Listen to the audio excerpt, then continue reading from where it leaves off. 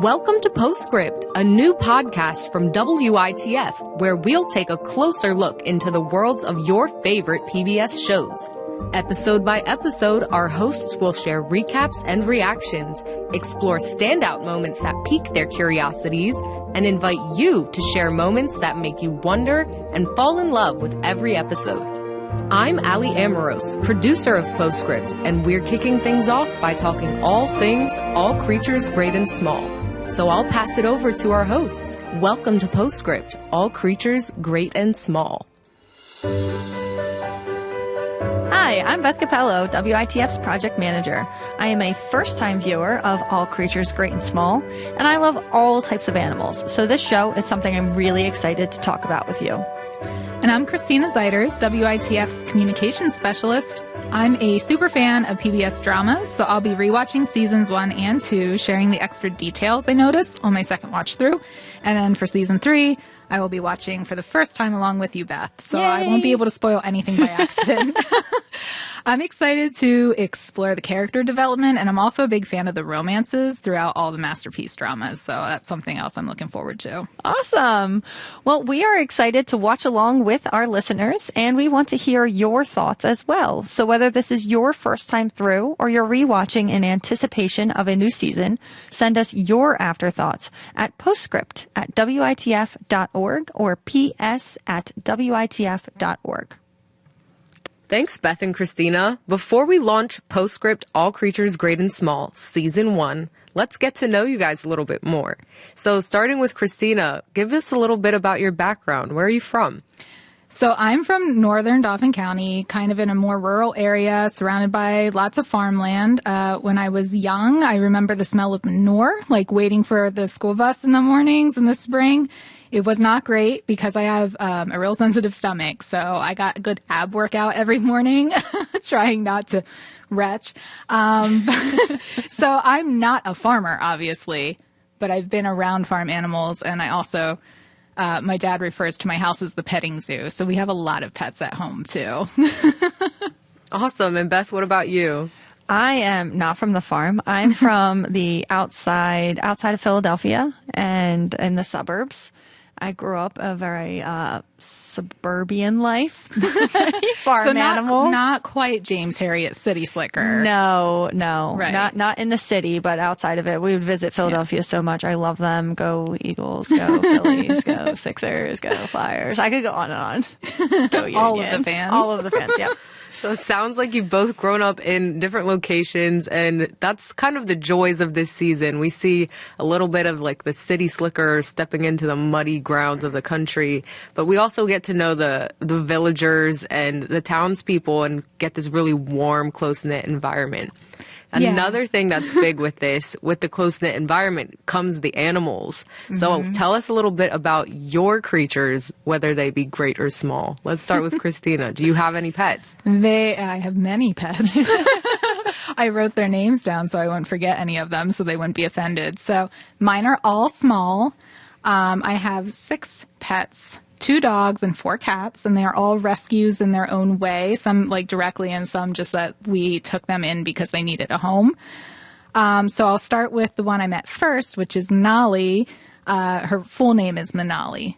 I don't actually know her full name. It's like 4 names long. But I met her when I met my fiance, Matt, on our first date. I went back, and this cute little chihuahua comes running down the stairs towards me, wants me to pick her up, so I do, and then she French kisses me. Like, that was my first experience with Nolly. And I wanted Matt to like me very much, so I was like, okay, be cool, because I've never been a dog person before. Now I am full dog person. I just let her French kiss me, and we have been inseparable ever since. And then when we moved and got like a nicer apartment, we ended up getting another animal named Catbug. She is a Siamese cat, and she's super sweet, super cuddly. She's the only cat I've ever owned that wants to constantly be held. But she's just like the sweetest. We call her the mama cat because she takes care of all the other ones.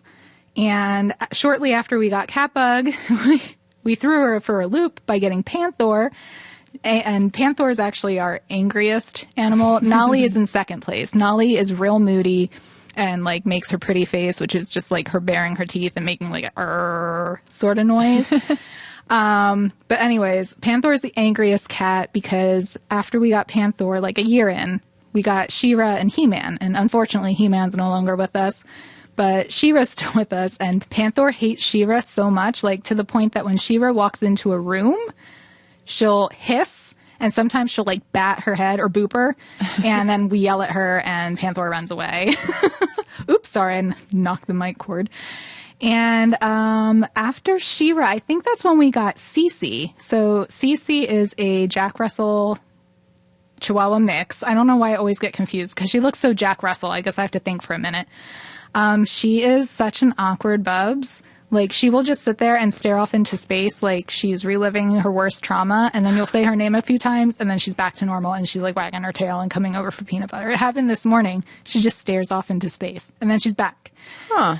But, yeah, she thinks she's an acrobat, but she's not, and because she has some Chihuahua in her, she does like snuggle time quite a lot, which really helps because Jack Russell Terriers...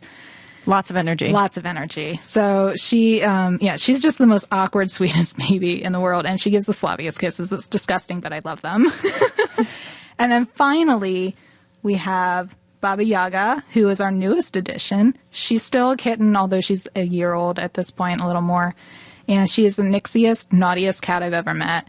She likes to bite. She likes to scratch. She likes to hang on your waistband when you're doing yoga. This is things that I've all just experienced in living with her. Like, even her love hurts, but she loves us. She'll like sleep curled up next to my head, and she'll like need the little blanket. We call it getting milkies. She's getting milky. She just needs and drools over everything. Oh my God. Yeah. So how many animals is that in total? 6. I hope I got all of them. Oh my goodness. 6 animals. Yeah, I have half a dozen animals.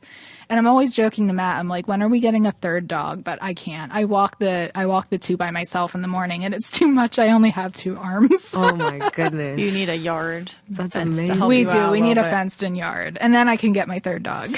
Exactly. So Beth, can you tell us a little bit about your animal family? Yes. So I have 2. I do not have 6, but I also consider myself to have 5 anyway, because I have my husband and 2 kids. So And you consider them pets. I consider Or them family. pets or family. Family. Okay. Responsibilities. Okay. Things you have to keep alive. Yeah. I guess that's valid. Yeah. Exactly. Love from all around. Yeah. So I have 2 dogs, and the oldest is Cookie, and she is a terrier mix, but she looks like a Westie, more like a Norwich. So she has that white coat. She looks super cute. She's on all the posters, all the food and stuff like that. And I just wonder why I'm not getting the Where's my paycheck she paycheck? has. Not sure where that's going. She's also allergic to everything, and she is, I don't know, spicy. Can be so angry sometimes, but I think it's because she's allergic to everything. She's just uncomfortable a lot. So, and she like has to eat all the food she's not supposed to eat. She's also allergic to like grass, weeds, trees. I'm pretty Okay. sure like I have like 7 trees in my backyard. She's probably allergic to half of the stuff in the Nolly yard. gets scratchy. Yeah. So it's just something she has to kind of deal with. But she is on allergy medication. I did the That's shots for her. Super fun giving your angry dog shots. I like that you called her spicy, because that's Spicy. how Nolly is Yeah, too. I think that's just how I have Spicy in to- personality, not in diet. Exactly. Right. Exactly. Who knows? I don't know. She has like 15 lives with her diet. But and then my other dog that I have is Jake, and he is an Anatolian Shepherd Blackmouth Cur mix. So he's super cute, and he is so empathetic, and he is like lover of people, and you know, he has this ferocious, vicious bark. But like, you come in the house, he just wants his butt to be pet. He just wants kisses. He just wants you to love him and give him pets. He's fine with whoever. He's He's so just saying, sweet. come here. Yeah, come pet here, my butt." pet me, give me a pet. And so he's my tripod. He only has 3 legs. And I mean, we can dive into that story later, but yeah, and he's so sweet, and he's like, sometimes I don't know if he's like my emotional support dog or I'm his emotional support human. I'm definitely Cookie's emotional support human. She definitely needs somebody to help support that dog. She's a hot mess. She's so cute, though. I love You're her like so Cookie much. and She I have a cuddles. lot in common. Yeah. She cuddles right up and everything. And Jake, he loves to sleep on the bed too. He's like 65 pounds and he's sleeping on my bed. And I'm like, this is great. Yeah, ours sleep in the bed with us too. And somehow, even though mine are both very small, they take up most of the bed. Yeah, Cookie definitely spreads out. Like she'll put her butt towards me and spread like her head away from me Oh, yeah. to take up half the No, bed. And I'm like, that's what thanks. Holly does too. And then Yep. Jake lays right by my feet so I can't move. It's super fun. So thanks, Beth and Christina, for sharing a little bit about yourselves and your pets. If you're interested in listening to more of Postscripts, visit us at witf.org/postscript, and you'll be able to listen wherever you get your podcasts. We'll see you soon. Support for All Creatures Great and Small on Masterpiece is made possible locally by Pleasant View Communities and UPMC.